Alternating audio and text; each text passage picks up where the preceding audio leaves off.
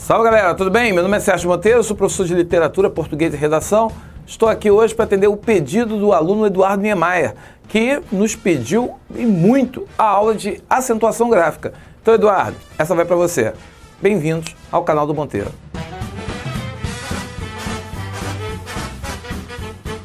Olha só, hoje falaremos de acentuação gráfica. Não confundir acentuação gráfica com acentuação fônica. Veja bem, acentuação gráfica eu faço uso de acentos gráficos para marcar a sílaba tônica da palavra. Lembrando que sílaba tônica é uma coisa e acentuação gráfica é outra. A acentuação gráfica ela vem para poder justamente enfatizar, para poder marcar essas sílabas tônicas. Existem palavras na língua portuguesa que você percebe que é uma sílaba tônica, mas elas não recebem acento gráfico. Apenas você tem um acento fônico. E aí, para poder simplificar a tua vida, Eduardo, o que a gente vai fazer? Eu vou falar aqui do acento gráfico. Mas antes, vamos lá. Quais são os tipos de acentos gráficos que nós vamos falar hoje? Do acento agudo e do acento circunflexo. O acento agudo, normalmente você utiliza quando essa palavra recebe o acento e ela tem um som aberto. Ok? E aí, quando você fala assim como pastéis, o es, o som é aberto. Eu boto lá o acento agudo. Agora, se você tiver o verbo pôr, olha o som fechado. Para marcar esse som fechado, eu vou lá e eu recorro justamente o quê? Já que é verbo, ao acento circunflexo. Então, o acento circunflexo e o acento agudo são os dois sinais de pontuação, de acentuação, que nós usamos, sendo que ainda há o acento de crase, não, acento grave.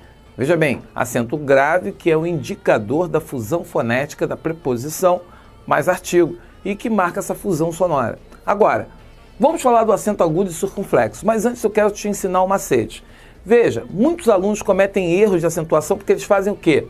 Eles querem começar a ver a palavra da primeira para a última sílaba, quando o caminho é o contrário. Lembre-se, sempre a partir da última sílaba. Se a sílaba tônica mais forte para receber acento gráfico é a última, ela é oxítona.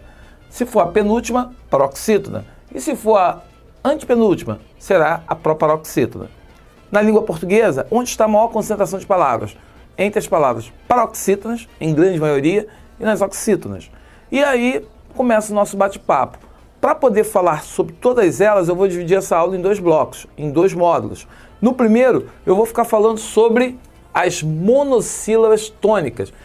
Veja bem, aqui, quando eu botei a palavra, eu acabei fugindo, porque era para botar monossílabas tônicas. E aí, porque são monossílabas, ela tem uma sílaba.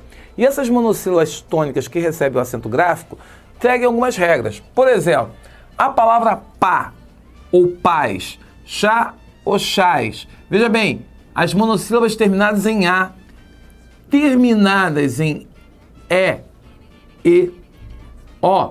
O, se elas são terminadas em A, E e O, elas serão acentuadas, receberão aí o acento, pode ser o acento agudo, como pode ser o acento circunflexo.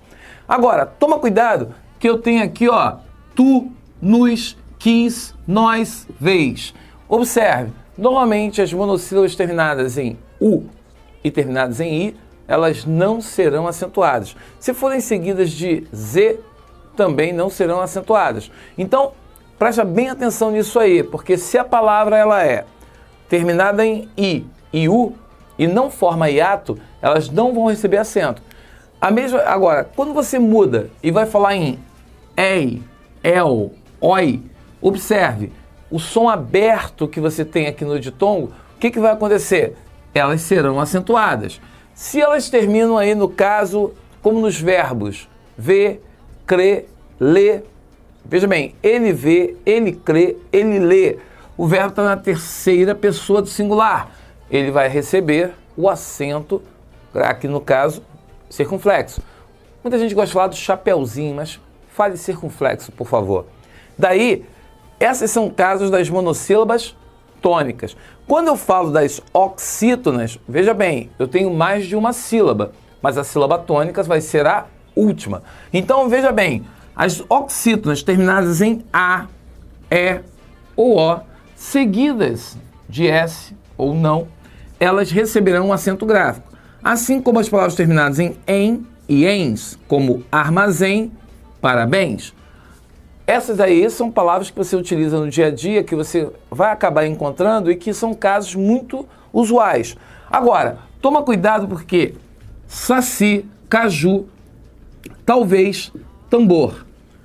Observe, são palavras terminadas em i e u.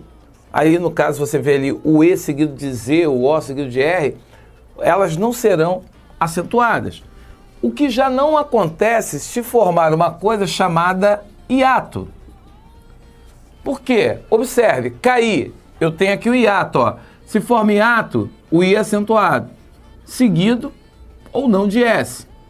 E você tem o U, que também, ó, no caso baú, observe que o U, ele recebe o acento tônico, recebe aí, no caso, o acento agudo, para poder justamente marcar, ó, porque é um caso de hiato e ele terminado em U.